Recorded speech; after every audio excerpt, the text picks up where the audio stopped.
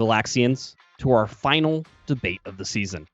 Tonight, we welcome our two candidates who have all pledged to save the LA Galaxy from wooden spoon nightmares and return the five-time MLS Cup champs to victory. I'm your moderator and host for the night, Josh Guesman. Let's get to it.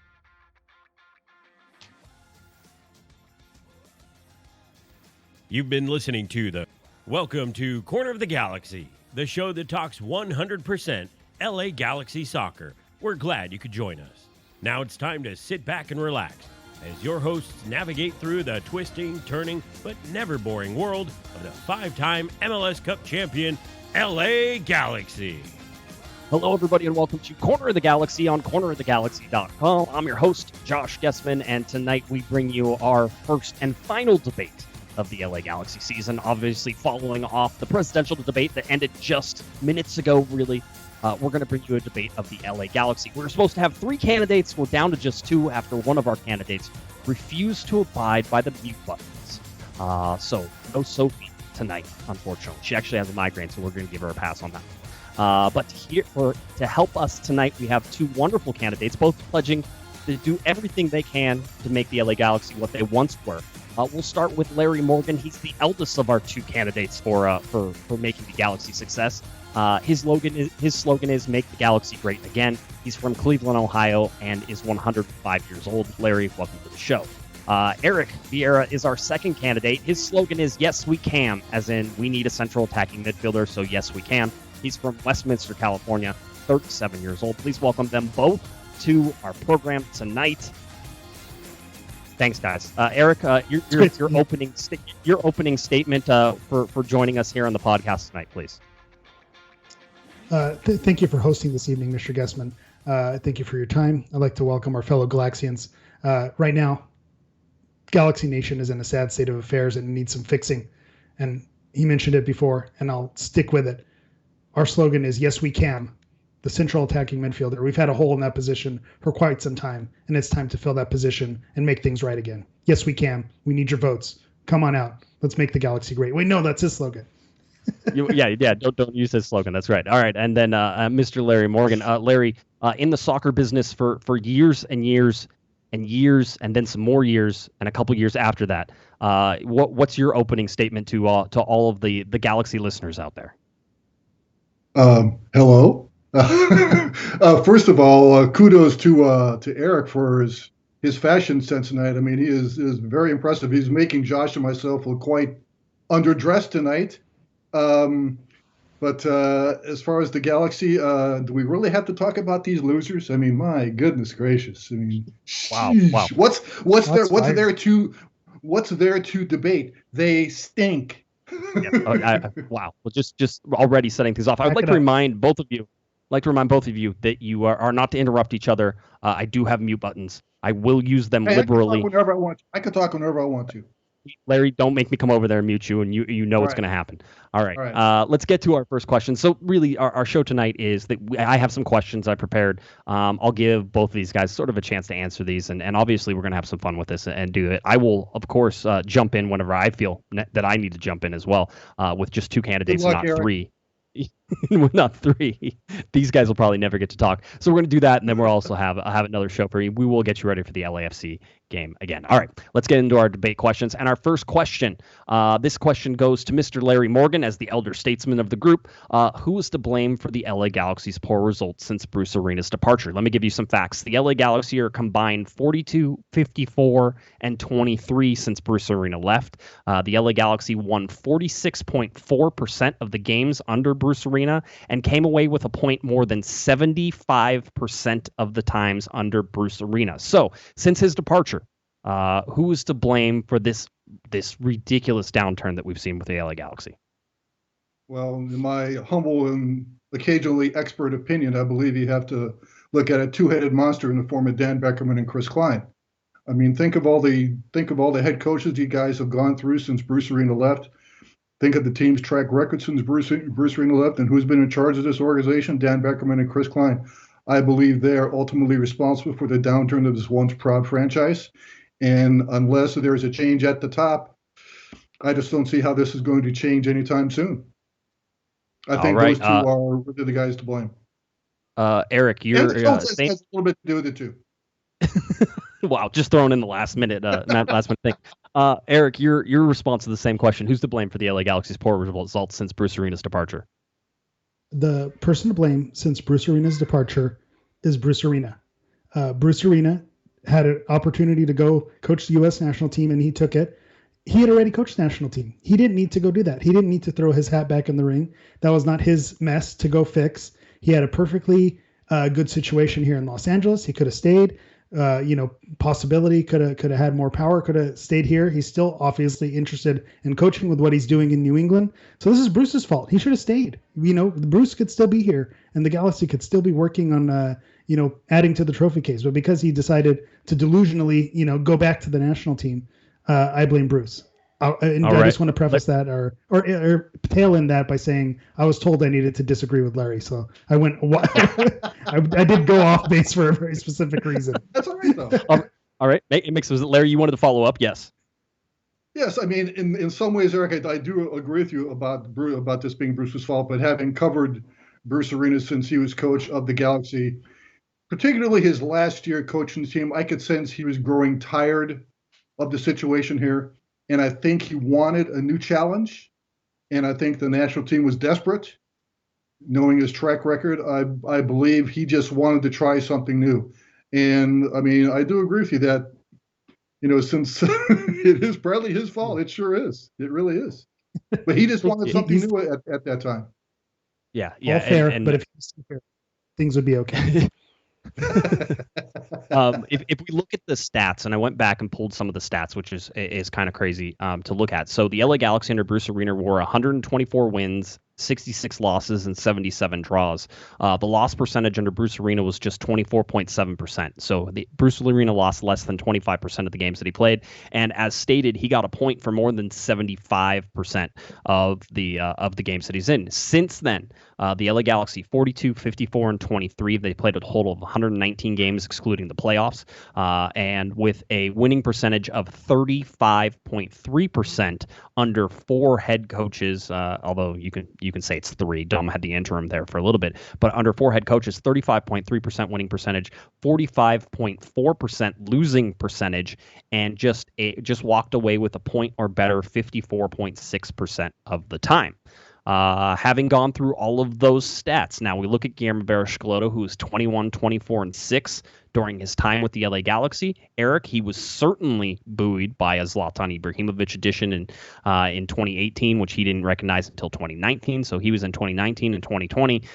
So when it comes to Guillermo Barros Schelotto, he was supposed to be the answer for the LA Galaxy. Why has he not been the answer? And what needs to happen with Schelotto? Well, I'm glad you mentioned that. I was talking with some constituents earlier today about this very topic. So over on Instagram. So I think GBS is partially at blame. And part of that, why he hasn't been successful, is because he hasn't been cooking with his own ingredients. You can tell that he has a very specific style, and he has a specific type of player that he wants to have play in that style. So he has been forced, either had players brought in that he doesn't want, or has not been able to bring in players due to COVID or due to, other, things that are hampering them. So he's not able to build this team to his likeness. And so because of that, he's not successful. Now, even though he hasn't been able to build a team exactly how he wanted, again, my dogs are very upset about this. He hasn't been able to build a team how he wanted. That still doesn't mean that he doesn't get responsibility, because I think you could only coach with what's in front of you. And I think there are good coaches. You mentioned Bruce Arena, who could maybe take some less talented players and make the most out of them. Maybe, come with a psychological part of it and, try to motivate your players. He seems like GBS right now seems like someone who's out of ideas. The players don't seem to be rallying around him. Just seeing his body language when he walks out on the field, when the team scores a goal, there's not that like running to the coach and celebrate. There just doesn't seem to be that chemistry and that interaction between the coach and the players. So right now, I think, yes, he's not totally at fault because he doesn't have the players to fit his system. But at the same time, you have to adapt. The people who are best in any field, not just coaching, but in any field, are the people who are able to adapt to what's in front of him and change and make the most of it. And he hasn't been able to do that. And so he does deserve a good chunk of the blame. Larry, do you agree with Eric that Guillermo Barros Schelotto hasn't had his players on this team? I'm not sure about that, but I just question maybe his judge of talent. I go back to Bruce Arena. When Bruce Arena would bring in players, he knew exactly what he was getting. And with Schelotto, I'm not sure he knows what he's getting, even though some of these guys have outstanding backgrounds. Chicharito, guys like this. I really question whether he feels comfortable in Major League Soccer, even though he played in this league a number of years ago. I just question whether he's comfortable with these guidelines and restrictions. I don't know. I shake my head. It's just, why can't this guy make it work? Larry, name a player who has been a success for Guillermo Barros Schelotto. Name a player who's been a success for Guillermo Barros Schelotto. It's Cristian Pavon. Wow. The answer is Cristian. It's Cristian Pavon. Cristian Pavon is the answer. Cristian Pavon, sure, he's the obvious answer. Sure. I mean, that's right. one that he did get right, and that the organization did get right. But then you I don't know. I'm just at a loss as to explain what's going on and why. That's good. Yeah, I mean, so Eric, you say he doesn't have his players, but you look at this, and outside of who do you consider not his players that are influencing this team as much as you say they are? Well, I think someone like Perry Kitchen, as well as he's been playing, he's not someone who was brought in during that tenure. Sebastian Lletget, even though he's, speaking of Yes We Can, he's kind of been floating around that role and making things happen, but he's not a Schelotto guy. If rumors are to be believed, it's possible that Chicharito Hernandez was not someone who was brought in because of GBS wanting to bring him in. So that's essentially, your players. Then you have Daniel Stairs and Nick DePuy. Those have been your starting center backs for the majority of the season. They weren't brought in by him. Pipo Gonzalez was the one who was brought in by him, and then you saw how that panned out. So that goes back to Larry's judge of talent.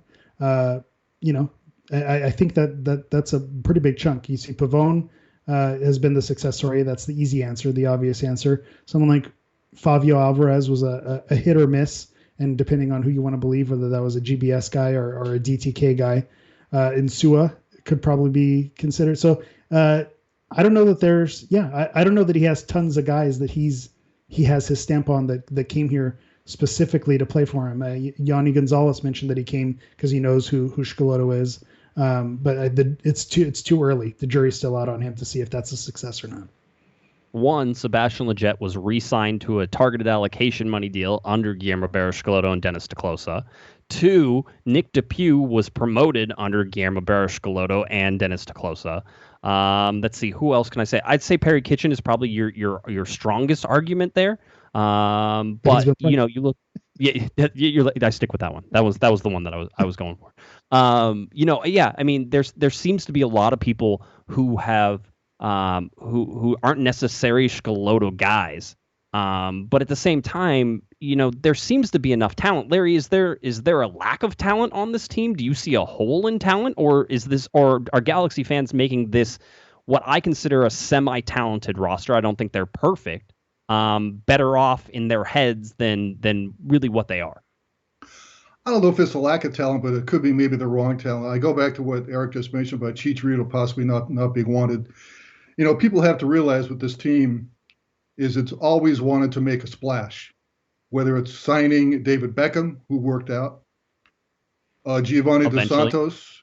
Giovanni Dos Santos was a washout. Steven Gerrard was a washout, even though he's a great guy, great in the locker room, great leadership. This team has always wanted to make a splash. And I think that's part of the problem about the talent level on this team.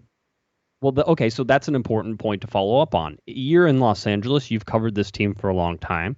Can an LA Galaxy team be successful both on and off the field without flashy names in 2020, in 2021? Ooh, wow. That's a very good question. I don't think this organization would want to do that. Not being in this size of a media market, one of the biggest media markets in the world, and especially with another team just about 22 miles down the freeway, getting all sorts of attention now. I don't think this team would even want to try to field a competitive team without big names like maybe a Sporting Kansas City or somebody like that, or New York Red Bulls just successful year in and year out. I don't think the team would even want to try that. But they have to make the correct choices. They have to make the correct choices, not just go on gut instinct, but they have to make the correct choices. Eric, your response to that question: can the LA Galaxy go quote unquote small ball? Can they go and fill a team with South Americans or Central Americans that aren't flashy names, but that put a good product on? And even if the team is winning, will people still show up? I say no. I think that's a harsh answer, but I think that's the truth. I think you need a big name to be relevant in the LA market. The Lakers just won a championship that with LeBron James. The Dodgers are constantly going to World Series. I think you need the big name to be successful off the field. Now that then becomes a different question that the front office needs to ask themselves: do they care about relevance in the LA market and being successful off the field, or do they want to be successful on the field? Because maybe it's a deal with the devil type of thing. So if you decide that you're going to play small ball and orchestrate a team that's going to be successful, but maybe doesn't necessarily have star power, you can win an MLS Cup and you create a little bit of buzz. And if the team is winning, maybe people will show up. But growing up in Southern California and knowing Los Angeles, they love stars. You love your LeBron James. You love your Mookie Betts. You need a big name like that. You saw what happened with Zlatan, with how poor the Galaxy were in the seasons that he was here. But every game that he played was must watch, and it brought people to the stadium, and they were leading off ESPN. He was going on late night shows.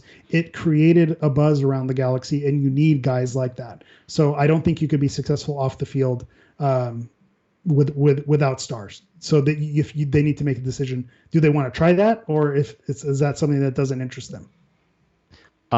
Fact checks too. Larry, first of all, yeah, live fact checking going on. Larry, first of all, the distance between the two stadiums is around 12 miles, not 22. So I was thinking from my house, which is like 22 miles down the freeway. Because of course, everybody knows that we measure distance from your house. That's how it works. And then Eric, I can't remember what I remember what I was saying. I couldn't remember what my fact check was, but it's an important one. Attendance declined in Zlatan Ibrahimovic's second season with the LA Galaxy. How do you explain that? Because they missed the playoffs. Because you need both in order for the recipe to be successful. They made the playoffs in his second season. They missed the playoffs in the first season. Are you saying it carried over from the first season, that the fact that the LA Galaxy didn't make the playoffs? What are you saying? I'm saying that you're trying to paint me in a corner. I don't like your questioning, Your Honor.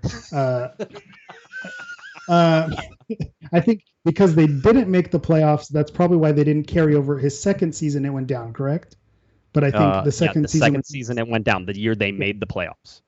Exactly. So the year that they made the playoffs, I would imagine that 2020 went up, correct? I mean, we'd have to check those numbers. And obviously not. So his first season in 2019, when they didn't make the playoffs, the numbers were higher than in 2020 when they made the playoffs. By the way, Steve Carrillo is going to come in and bail you out, and he goes, too many weeknight games. That's what it was. It was probably the weeknight games. Listen, the numbers aren't off that far enough. I just wanted to paint you in a corner because it was fun. Okay. So is there, yes, Mr. Larry Morgan, sir, what can I do? I just think people got tired of trying to spell Zlatan's last name. See, that wasn't a hard one. Christian Wilhelmsen still haunts me to this day, but we all know that I love him. That's a tough one. Yeah. All right. Let's get to is there between the two of you? And I'll open this to Larry. You can follow. Is there any way to save Guillermo Barros Schelotto if he wins out this season, makes it to the playoffs? Is making the playoffs good enough for Schelotto to get his third year of his 3-year contract? Wow, considering the money he's owed, which is what he's making him $1 million in salary per season guaranteed. I've gone back and forth on this. I think if he makes the playoffs, I think he stays around. I do. Now, if they wash out against LAFC this Sunday, boy, I think he's out. Maybe he doesn't. All right, Eric. Same question to you. Can you keep Guillermo Barros Schelotto around if he makes it to the playoffs, or is he literally on a game by game as Larry is suggesting? I think if he makes the playoffs, you keep him around. And I just get vibes from this year that the organization, barring a record-breaking losing streak, which may have happened, this last win against Vancouver may have saved GBS's job, because I think expecting a win against LAFC this weekend, we'll get into our predictions later. That's a tall order to ask. So to say if he's done, if he loses, maybe if it's a blowout, then that's a discussion that you could have. But I just have a feeling like even if he doesn't make the playoffs, like Larry said, that he's still owed money. It's, he signed to a 3-year contract. Maybe they can bring in other players and he's given one more chance at the beginning of next season. But if he goes on a losing streak next season, I think he's done. But I can see a picture where he sticks around for another year, even if they don't make the playoffs, as long as they don't, go, how many games are left? 4 or 5 games left. If they don't lose the last 4 in a row, I think if they lose, 3 out of the last 4, I think he's gone.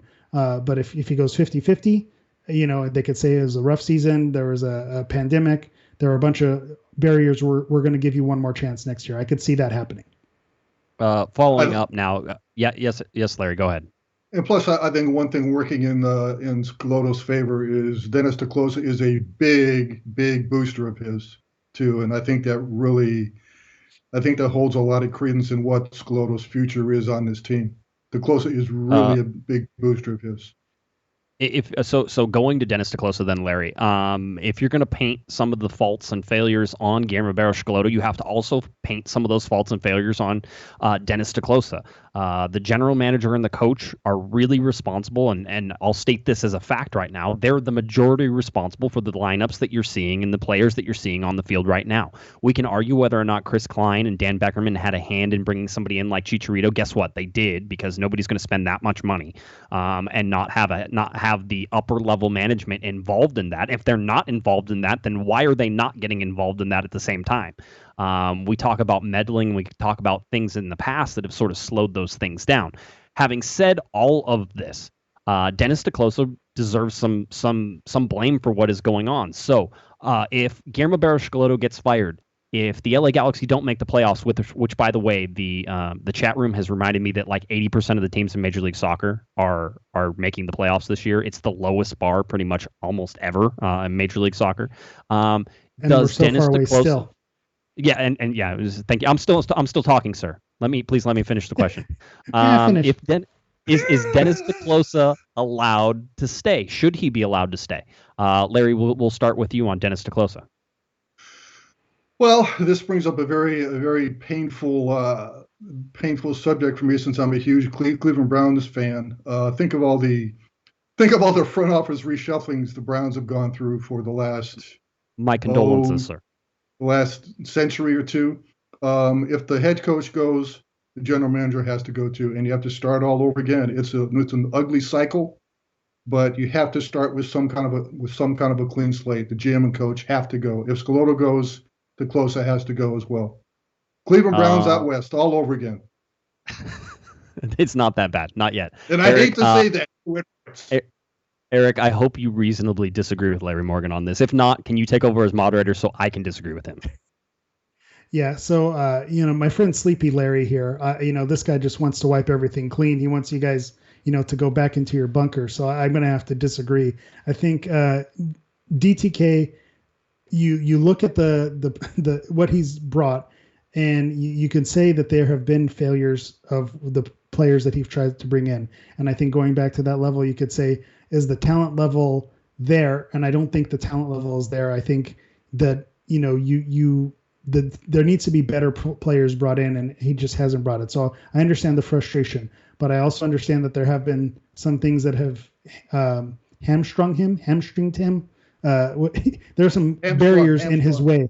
Hamstrung. There's some barriers that have been in his way with either, pre-existing salaries that have been there, or, difficulties with a salary cap rules. So there may have been some deals that I know he's wanted to get done, but hasn't been able to get through. So you have to give a little bit of the benefit of the doubt. I think I think he still deserves to get at least one more year to try to bring in some other players. But I think he's shown that he's had some swings and he's had some misses, and he needs an opportunity to make that right. I think it's still very young in his tenure. When you look at someone like a coach, there's a direct correlation, and you could see exactly how it's interacting with the general manager. You have a little bit more leeway with the type of players you're able to bring in. All right, we have our first lightning round question. The LA Galaxy did not, and you have to raise your hand, and whoever raises their hand first, I will answer. You have to wait till I'm done with the question. The LA Galaxy did lose Zlatan Ibrahimovic after the 2019 season. There's lots of speculation of whether Zlatan wanted to stay or whether the LA Galaxy wanted him to go. All those questions are probably pretty good. If Zlatan Ibrahimovic wanted to stay, should the LA Galaxy have re-signed him? I'll go with Larry, just because I had the box over Eric's face, so I couldn't see if he raised his hand in time. So Larry, go ahead. Yes, I think the Galaxy should have re-signed him. I still think Zlatan Ibrahimovic is the greatest goal scorer in the history of Major League Soccer.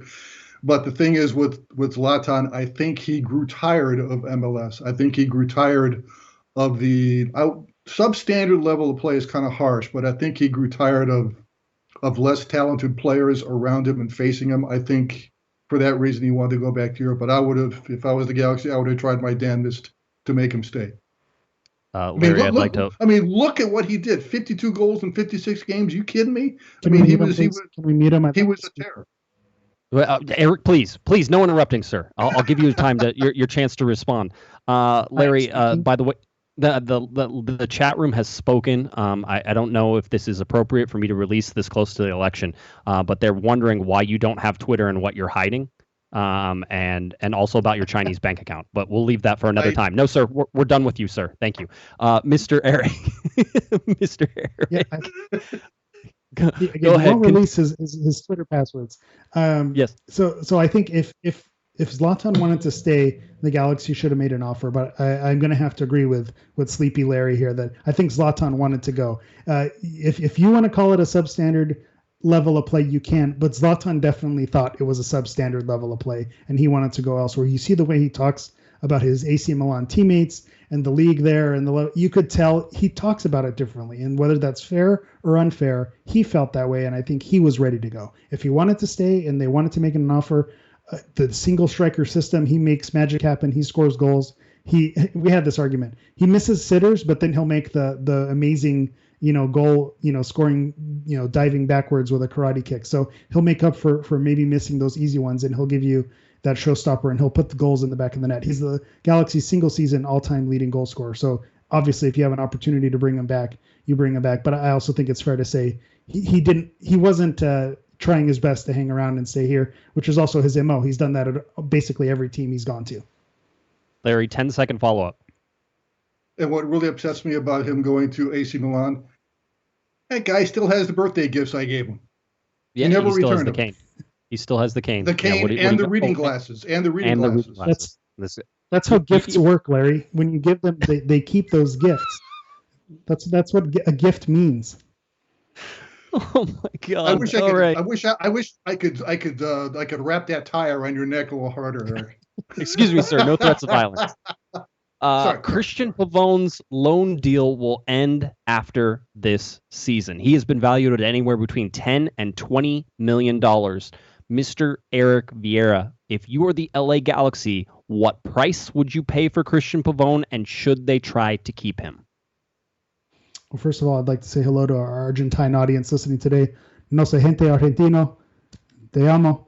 Little pandering there for our Spanish-speaking audience. Cristian Pavone, I think, obviously with the end of the loan deal, $20 million, what they're asking, he's shown if he was producing what he was when he was red hot constantly every game, then you could say, okay, maybe he's a player that's worth that. But I think he's shown that he's cooled off a bit. Maybe other teams have figured him out, or maybe he's not getting the support that he needs. He's not playing like a $20 million man, so I don't know that he's worth bringing back at that price. If they were able to work out a deal between that 10 and 13, that magic number, maybe it'd be worth it. But I think if Boca Juniors is not gonna budge on the 20 million, then you have to just cut your losses and maybe look at other options and say, who else is out there? Who else can we bring in?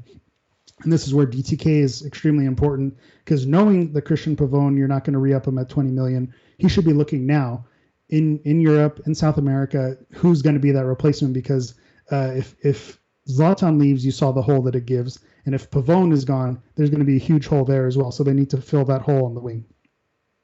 Sir, I will also want to know your response to these love letters I have from you to Joao Pedro and why you've been getting so much money from Portugal.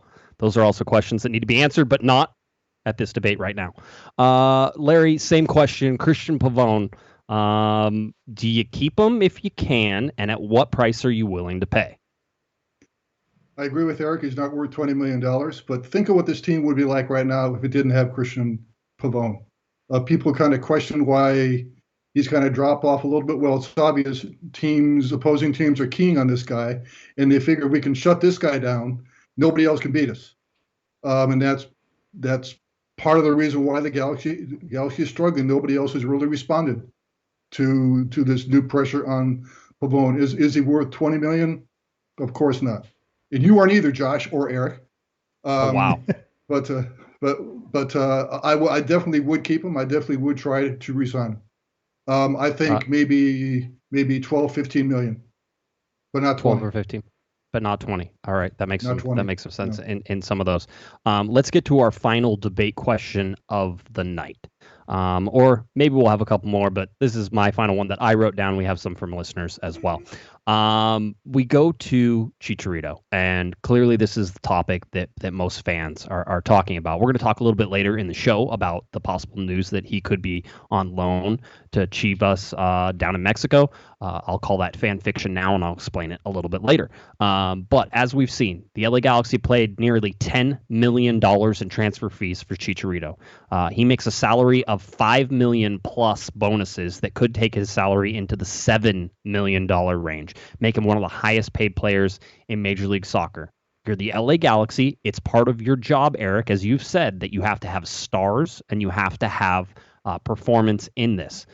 So when you're looking at the marketability of Chicharito and you're looking at the play that you expect to get, what do the LA Galaxy do with Chicharito that can't score, that is currently benched by his head coach who doesn't trust him in anything more than a one-striker formation? He doesn't trust him in a one-striker formation. And he's costing you roughly $15 million this year, and he still has another $10 million plus on his contract over the next 2 years after this year.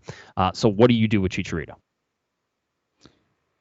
See, this is a tough one because as hard as I've been on Chicharito and his play this season, and just it hasn't been there. You see the media all over him. You see fans all over him, and part of it is deserving because he just doesn't have the goods this year. So my first reaction would be if you can get another team like Chivas de Guadalajara to come and they'll take over his salary and they'll take it from there, and you could just release him and be done with it.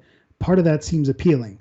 But on that same token, there's been so few games, and because of the shortened season, I think it's cutting out too quickly and pulling the chute a little too soon. We talked about David Beckham being a success here, and you even added when Larry said that eventually. When David Beckham first came, he wasn't setting the field on fire. He wasn't necessarily playing for the crest, as they say, but he eventually came around and got there. And I'm hopeful that Chicharito can see how this year went and could take an off season, get right mentally, get right physically, come back and have a successful next season. I see a scenario where he can do that. If he comes back next season after having an off season, an opportunity to be settled and not have any changes to his family life and living without having to, move to a new country and all of that and the hoopla around it, he can focus and he can come back and get things right. I think he deserves another chance. So you hold on to him. But at the same time, if he comes back next year and he's out of shape, he's still unable to finish, something mentally doesn't seem right, you have to look for other options. And it's really unfortunate because you saw with Giovanni Dos Santos, they had to buy out a contract. With Alexander Katai, they had to buy out a contract. You can't just keep buying out contracts and letting these guys walk. At some point, you have to hold on to what you got and hope that things work out. I'm hopeful that it can still work out for him. This year was just a really rough year for him.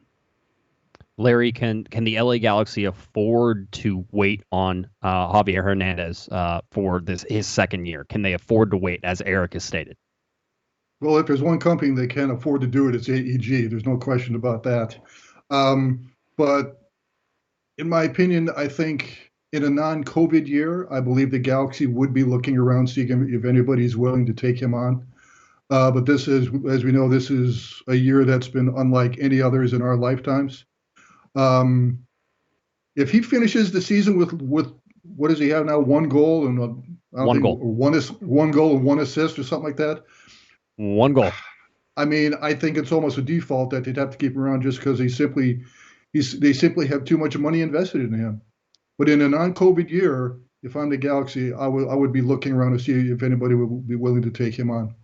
I mean, let's face it, he came to this team this year out of shape. He's clearly unmotivated. And it's really surprising with the pedigree that this guy has, with the background he has, being the Mexico national team's all-time leading scorer. Frankly, I've been shocked at his play. I don't know. It just leaves me shaking my head. Yeah, Eric, you wanted to follow? To Larry's point, it's in there. It's in there somewhere. And so you hope that it's not gone completely. And so that's the only thing. It is a possibility, and we've seen this happen with superstars, that when they're washed up, and you hope that that's not the case. But this year, all signs point to that. But if a team was able to offer to pick up his salary and the Galaxy didn't need to pay the tab on any of that, I could see that being appealing. But I don't see a team wanting to do that on his current form either. So I don't know how likely of a situation that is, and that's why that's fan fiction. In the chat room, Philip says one way to motivate Chicharito would be to take away his PlayStation. Yes or no? Correct. Okay. Correct. I thought he played the Xbox. I thought he played the Xbox. He does something. It might be PC. I really don't know. He's on Twitch all the time. By the way, that also, him being on Twitch and playing with other Galaxy teammates like David Bingham and stuff like that, sort of flies in the face of, I'm a diva and I don't like my teammates. Maybe he just likes them online better than he likes them in person. Maybe that's it. But also, as I stated on Monday's show, right now, there's no indication that Chicharito is the diva that some people in the press have made him out to be.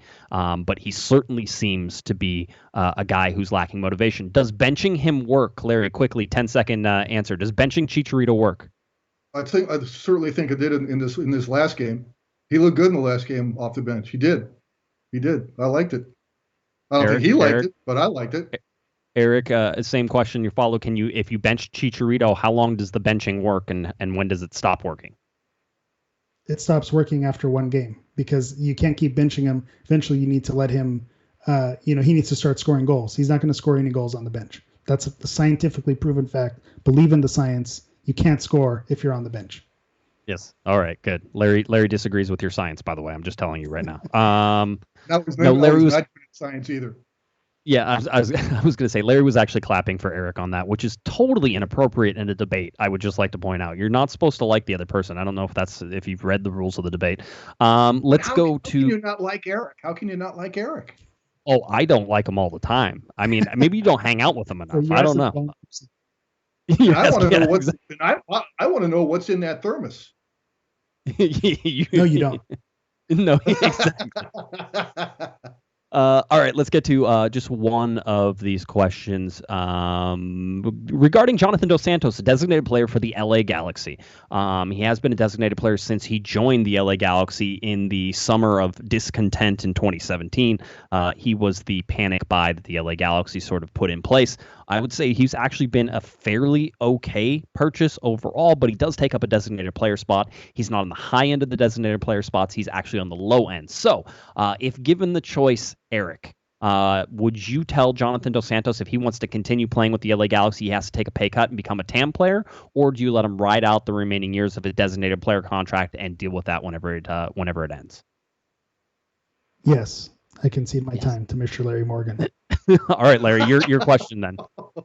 Yes, I concede my time back to Eric. No, okay. I would ride it out with him. I mean, as we've seen, when he's healthy, when he's ready to go, he's too valuable a player. I would let him ride it out as a DP. That would be incorrect. The correct answer is yes. Eric, you were saying?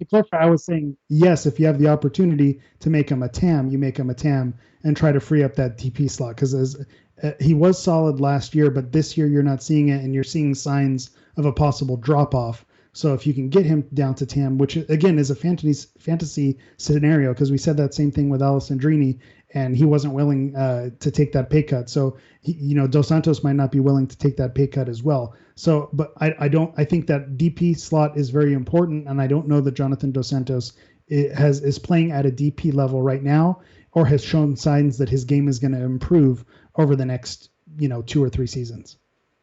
It's going to be an interesting one. One of the ways that you could get Jonathan Dos Santos to take that pay cut and average it out is to give him a contract extension at a lower rate and have it average under the targeted allocation money ceiling. That's probably doable with, I think, 1 more year left on his contract, so it would average into the year as you go. So there might be an opportunity and ability to do that. All right, I think that does it for our debate. Is there any closing statements from Mr. Larry Morgan that you would like to give? Closing statement, Larry? No, sir. No, sir. Okay. Eric, do you have a closing statement that you would like to give everyone? We still have more show to go. We're not going to go anywhere. I just want we're not going to get the tight shot where I look directly into the camera. Say, Galaxy fans. Okay. All right. We can do the tight shot. Let's try it. Let's at least try it one more time. We have to give a little bit of a heads up, but let's see. Go ahead, Eric. You can address the country now, the Galaxy Nation. Galaxy fans, we've been through a lot in the last 5-6 years since winning an MLS Cup. We've not been back to the promised land. We've been through a losing streak. We've seen star players come through. We've seen star players come through and score goals. We've seen star players come through and fizzle out. Things need to be righted again. We need to fix what's wrong with this Galaxy. Yes, we can. Let's get a central attacking midfielder who's in there pulling the strings, being the maestro to make this team great, so we can return back and earn that 6th MLS Cup. All right, there we go. End of the debate, and make sure the one sort of joke that we won't sort of pull on this is that everybody really should go out and vote. The News Across the Galaxy guys put out this T-shirt that I'm wearing, and it says "Real G's vote." So make sure you go out and vote. I already voted. I'd just like to point out I'm done. So I'm there. I would hope that all of you do as well. And, in joking around with this stuff, we realize that there's a pretty big election going on, and that if you want your voice heard, you kind of need to vote. And so that's our message from all of our tomfoolery for the first 45 minutes of the show. But we appreciate everybody sort of hanging in there and having a good time with everybody. By the way, Hammer, the last question we got was, are you going to denounce or will you denounce black and gold supremacy? Will you denounce black and gold supremacy? Yes, absolutely. There's no place in Los Angeles for any black and gold kids unless they are Punjab blue that are mistaken for black. Yes, that would be the correct answer. That is the correct color coordination, by the way, if you ever wanted to know what the LA Galaxy's black and gold kits were that happened. Was it 2011? It was 2011 whenever those kits came out. On the roof of the Grammy Museum, for people who were there. I was there. I remember that. So that's when they debuted those. But that a lot of people like those too. And if you're on the show long enough, every time we talk about those, Josh will tell you that he was on the roof and he was there for the Grammy Museum, and that Christian Wilhelmsen was the reason the LA Galaxy won the MLS Cup in 2012. Was that? Yeah, I think that was it. Yep. Charlie okay, good. Now we got out of those. And Charlie Rugg was should have been rookie of the year, because these are all the good things. I'm glad we got through that. All right, let's get a little bit to the LA Galaxy now and the schedule that they have remaining. They will play LAFC on Sunday. Reminder: ABC game over the air, 12:30 p.m. There's no excuses. Unless you don't have a television, there's no excuses for not watching this game. For once, there's not an argument. And by the way, the midweek game against the Portland Timbers on ESPN, that is also no excuses. You should be able to find those ones. So you're getting there. And then you have Spectrum for Real Salt Lake, and then it's Vancouver Whitecaps in there. And there's a Seattle Sounders game in there as well. My schedule that I have left there always leaves that one out because it was a rescheduled game. So we have that as well. So those are the games that the LA Galaxy are coming up to in terms of what they still have to play. So Eric, if we're looking at this schedule right now, and obviously LAFC on Sunday, you have Portland midweek. The weekend is RSL, then midweek with Seattle, and then you have Vancouver. If you go through and you look at those games, how many games do you expect this LA Galaxy team to win? 5 games. I expect them to 5 games. I expect them to win 2. And I think they could draw 1. So I think high probability they lose this weekend. I think away at Portland midweek, short week, traveling away to Portland, I think they lose that one. I think RSL at home is an opportunity to get 3 points. I think with Seattle traveling midweek, it's a possibility to earn a draw, and they may need a win if they want to make the playoffs. And I think Vancouver, even though it's away to Portland, to Providence Park, I think Vancouver, they've shown that they can beat them. So they can get 2 wins, but if they want to make the playoffs, I think they need 3 wins. And that when Seattle's on the road, that's the opportunity to try to steal those 3 points. Larry, if you look at this schedule, is there which game would you guarantee a win? Is it against LAFC? Is it away to Portland? Is it home to RSL? Is it home to Seattle? Or is it away to Vancouver, which is actually in Portland? I don't think any of them are guaranteed wins, not with this team. And I think I think the one thing that the Galaxy have to keep in mind with this upcoming schedule, with the exception of the Vancouver game, these other teams are not Vancouver, which clearly is not a good team. And the Galaxy had to go 90 plus minutes to beat those turkeys. I don't think there's any guaranteed wins in these, but I agree with Eric. I think they can win 2 of them. I think asking for any more than that is a little bit wishful thinking, but I hope the Galaxy don't rest on their laurels and just, go haphazardly into these meetings. But if they win 2 of them, I think they can consider that an accomplishment. But I don't think anything guaranteed with this team. Plus 1,000 Audi index points for calling the Vancouver team turkeys, by the way. I would just like to point that out. Well, I would have called it something else, but I can't use that language. Yes. I run on a Believe All Turkeys platform, so I vehemently disagree with the name call. Obviously. Chicharito, the rumors out there right now is that there could possibly be a loan or a sale to Chivas de la Guadalajara. I'll just tell you, listen, people are writing this article, and I keep trying to find the sources of this stuff, and it's circular. It's nothing there. I mean, I talk to people, and they're like, yeah, that would be nice. And, you can dream in big, giant puffy clouds, and maybe you could have a castle in the sky, and what else? Maybe a unicorn would fly through that before Chicharito gets loaned out with as bad as he's been playing. And that really comes down to it, and we've talked about this before, and it doesn't matter whether you're the most expensive player on a team or, the least expensive player. It's hard to find a place for you. It's hard to find a place for Jurgen Schelotto. It's hard to find a place for Michael Ciani whenever nobody wanted Michael Ciani. It's hard to find a place for these guys that you don't want. You not wanting a player usually means they're not in demand anywhere else. Now, AEG can sometimes pull magic out of a hat and use a team that they have somewhere else to sort of hide players and stuff players for a little while. They pulled some magic with Joao Pedro. They pulled some magic with Jurgen Schelotto. And so there's a possibility in that eventually. But when we look at what the LA Galaxy have invested in Chicharito so far, and whenever they're going to go to, I think, the extreme of firing a head coach, and maybe even firing people in higher up places. Remember, at the game on Sunday, Dan Beckerman was there. Klein was there. Dennis Kloese were there. They were walking on the concourse. They were walking around. Dan Beckerman doesn't show up to games on a very regular basis. So seeing all those people there was a sign that something was up. Whether they were all trying to figure out how to save their own jobs was certainly probably part of the agenda. But we'll see what the rest of it is. Yeah, Eric, would you want to add? To your point, if Guillermo Barros Schelotto is owed $1 million, it's easier to pay that $1 million than if Chicharito is owed $5 million plus, or however many the length of the contract, whatever you'd have to pay to buy him out. So if GBS can't make him work in the lineup, you try to bring in another coach who can make Chicharito work in the lineup. So you're absolutely right that if you're going to get rid of one or the other, Chicharito or GBS, unfortunately, just coming down to how much you're paying them would be first on the list to get rid of, and try to bring someone else who can make that roster work. By the way, Bob going hard in with studs up on me for my Guadalajara pronouncement there. It was bad. It was really bad. He was absolutely correct. He 100%. So we'll see. I'll try harder. I can still say Alajuelense. Does that count for anything? No, it doesn't. I learned it forever ago, and it's never going to help. Just a white boy trying to live. That's all. All right, let's go to a little bit more information as we come down here. The roster as it's set right now has 28 players on it. I know there was a lot of sort of there were some indications that people wanted to see Augie Williams come up from Galaxy 2 and sort of get a chance on this team. He had a very successful year in USL. He was the second leading goal scorer in the USL Championship Division. So he had a lot of things going for him. It seems that, at least as of today, and this could always change right now, it doesn't seem like the LA Galaxy have any plans on bringing him up. And I think that's a mistake.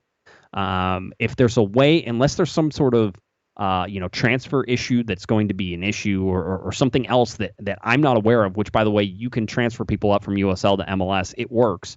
Unless the Galaxy don't have a roster spot, which in my calculations they seem to, Augie Williams should certainly be called up into this team and either be the starting striker if you're not going to start Chicharito, or be a second striker in a two-striker formation. Being a little bit smarter about the midfielders that the LA Galaxy have in place in the center of the field, and with their speed, you can still play a 4-4-2, but you need somebody like Jonathan Dos Santos back, maybe somebody like Joe Corona. And it seems that, at least right now, the indication is Joe Corona will be available for the LAFC game, that Jonathan Dos Santos will be available for the LAFC. Those are the indications right now. The LA Galaxy are holding media availability on Friday at around noon. So we should know more information, and some of those questions should be asked and answered on Friday. We're recording on Thursday night, so it's just a day after this, which of course means there'll be all sorts of breaking news. Maybe Guillermo Barros Schelotto doesn't even show up for the press conference. That'd be nice after doing all this work. But anyway, that's where we sit. I think it's going to be a mistake for the Galaxy to do that. Let's to not call up Augie Williams. Transfer window, by the way, still open until October 29th. We talked about it on Monday about how the LA Galaxy and other MLS teams are having difficulty because of COVID-19 getting meetings, getting appointments for players to come in and do their stuff at the American consulates overseas. So it's not even a matter of just of making the transfer paperwork go through. That's easy, but the visas coming into the United States are ridiculously difficult to get right now. And so I would expect the LA Galaxy don't make any more moves and let this transfer window go away. COVID-19 is certainly the reason for that, and I'm not sure that you can blame them overall, but they did get one player in, and you saw how long it took. And just trying to do that anymore, I mean, you might miss the rest of the season if that was the case. So all those things having been said, I think the LA Galaxy stand pat where they are, and we'll see how that sort of goes. All right, the standings. Larry, my question to you is, the LA Galaxy currently sit in 24th position out of 26 teams in Major League Soccer. Are they better than their record? Are they worse than their record? Or is their record an accurate reflection of the way they've been playing?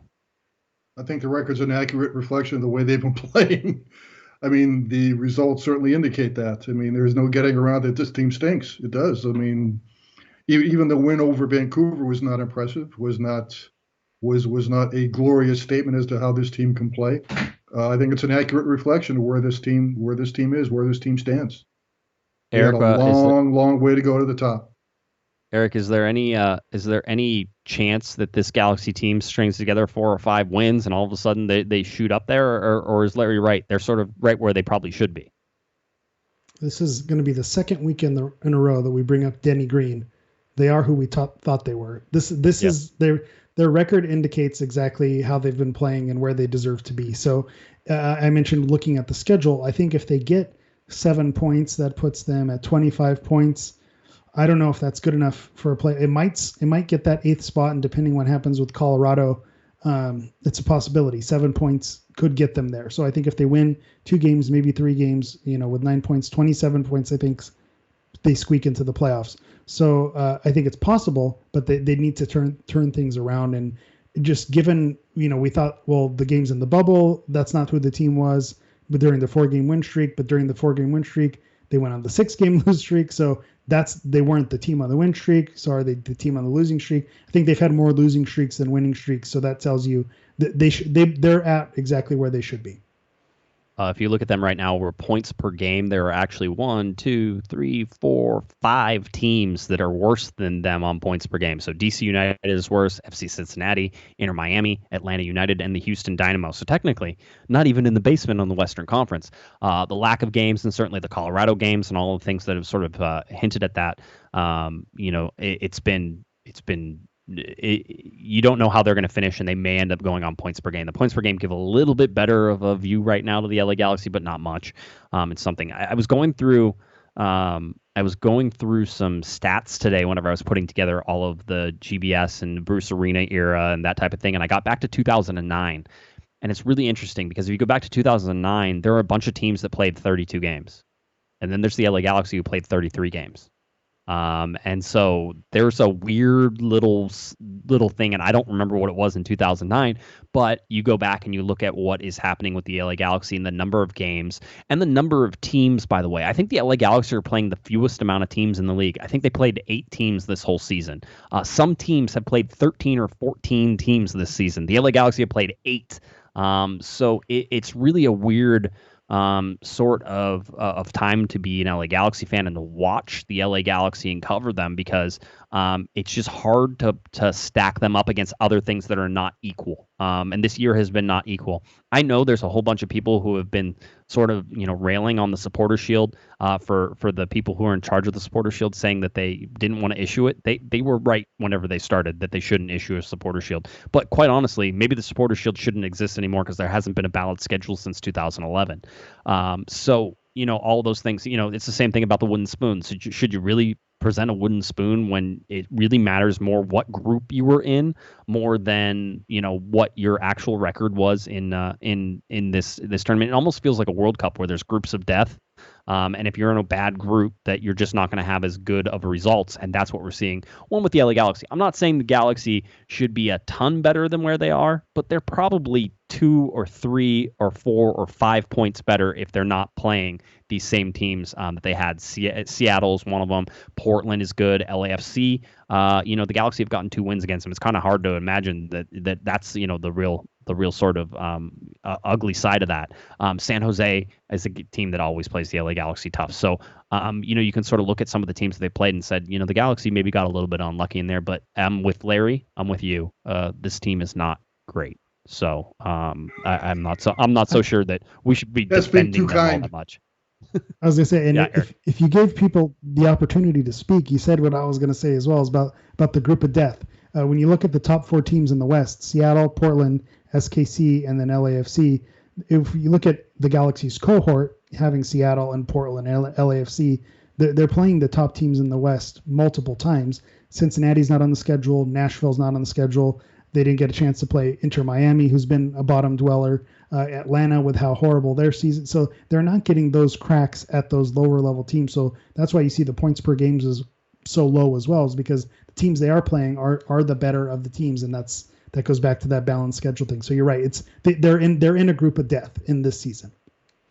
Again, I'd like to point out the LA Galaxy under Bruce Arena got a point more than 75% of the times, at least a point out of a game, 75% of the times. The LA Galaxy under the 3 head coaches and 1 interim coach right now, only 54.6% of the time. That's a huge difference. You want to know why Bruce Arena was good, is because the games where they didn't play well, they still got a point.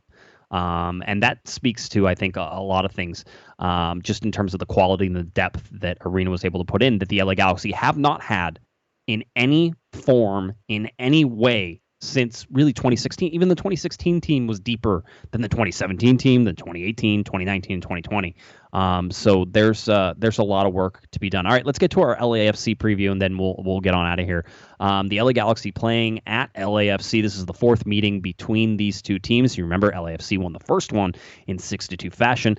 The LA Galaxy then won, I think, 3-0, then 2-0. And I may have flipped those because I'm trying to remember my head. And now they come to the 4th meeting between these 2 teams. One is I'm getting sick of it. 2 is this game's on ABC. It's on over the air, and it's at 12:30 p.m. on a Sunday. So it's prime time over the air. It doesn't get much better than this. So if the LA Galaxy were to be embarrassed at Bank of California Stadium on primetime television in the middle of a Sunday afternoon, there could be some severe repercussions, I think, for coaching staff and all along. So this is a game to watch, not just for the on-the-field results, but also for what happens off the field if things go sideways. Larry, I can't imagine that you're very optimistic that this LA Galaxy team goes into and plays LAFC in their house and walks away with a win again. I agree with you. And what really upsets me about this series between these teams, especially this year, the COVID year, is just, I miss the atmosphere of these meetings the way it used to be. I mean, who can forget the first ever or the meeting when Zlatan he made his first appearance in MLS. I've covered a lot of sporting events in my years as a sports writer, and I cannot remember an atmosphere as electric as it was that afternoon at, what was it called then? It was Home still Depot Dignity Health Center? Sports Park. It was No, it was okay. still. It wasn't that long ago. It wasn't David Beckham okay. era. Well, I mean, Yeah. But I just miss that atmosphere. It's almost like they're playing in the old Cone of Silence in the old Get Smart TV series. Am I optimistic about this Sunday? Not particularly. I see LAFC winning 3-2. Yeah. Eric, have you been optimistic at any game this season whenever the Galaxy played LAFC? And therefore, can we really say we understand and predict what can happen? Yeah. First of all, Larry's not polling with the younger voters with a Get Smart reference in the Cone of Silence. So I just want to point that out. I apologize. The second thing, yeah, every single game that we've gone into against LAFC, we've been expecting the worst, waiting. The result that in the bubble was probably the only time where we've said, yeah, we saw that result happening. That wasn't that shocking when it happened. But you're absolutely right. The atmosphere at these games is the part that I miss the most. During El Tráficos, I couldn't keep my shirt on, and that's my shirt has been on during every single one of these El Tráficos. So maybe that's an indictment. Without a shirt, Eric.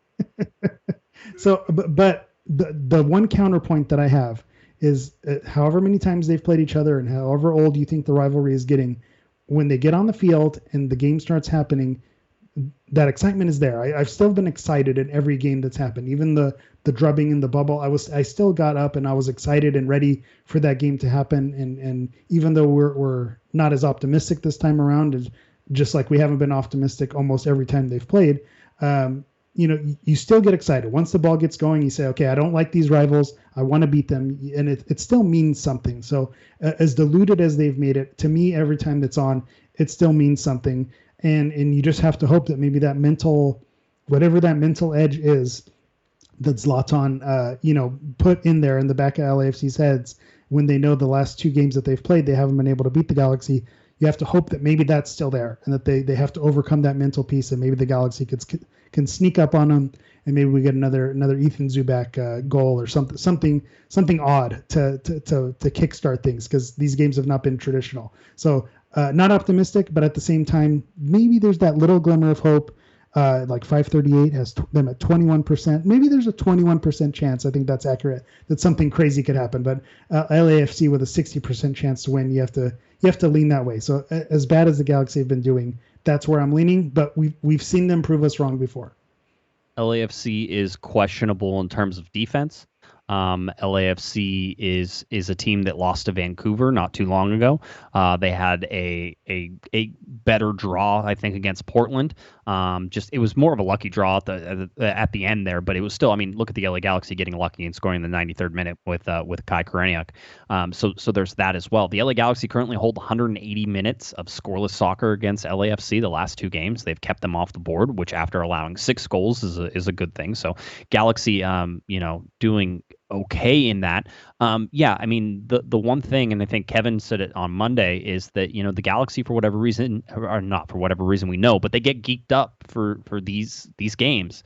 This is a rivalry game. This is like if you follow college football, it's the games where you're like, I don't know what's going to happen. It's a rivalry game. Anything and everything will happen in this game, and you can't predict it, and you can't try to understand it. All you can do is sort of, just watch and hold on for the ride. I second Larry's discussion about just the atmosphere and what it was like that first day with Zlatan and what it has been like since and subsequently. And I was there whenever the LA Galaxy beat LAFC the second time at Dignity Health Sports Park in an empty stadium, and there was still something about that game that had some electricity to it. So I would expect it. We are, and I'll just say it again, I think right now we're expecting that Jonathan Dos Santos will be available. I think we're expecting that Joe Corona will possibly be available. I think that we're expecting that Rolf Felcher will be back as well from quarantine.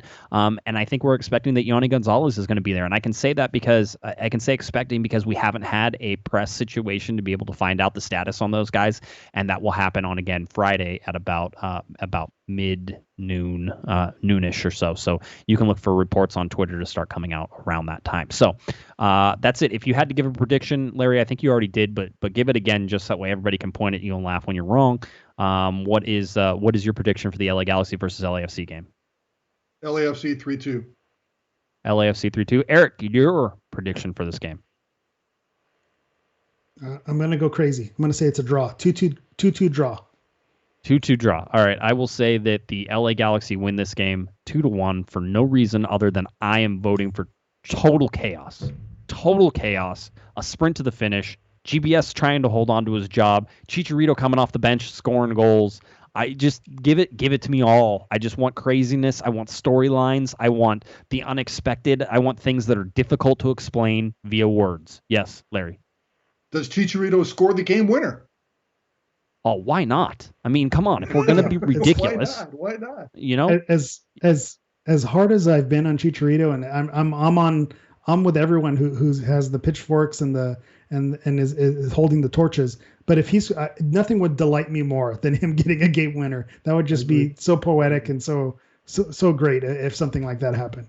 By the way, which means Chicharito, it's not going to happen. By the way, Chicharito's first El Tráfico, right? Because he hasn't played in any of the other ones that have been played so far. So this would be his first one coming back. And so we'll see who LAFC ends up getting back. I know they had some internationals I think they're expected their internationals to be back as well. I haven't heard anything on Carlos Vela, but being I haven't heard anything, I would imagine that he's not playing and still not back. So that's not happening.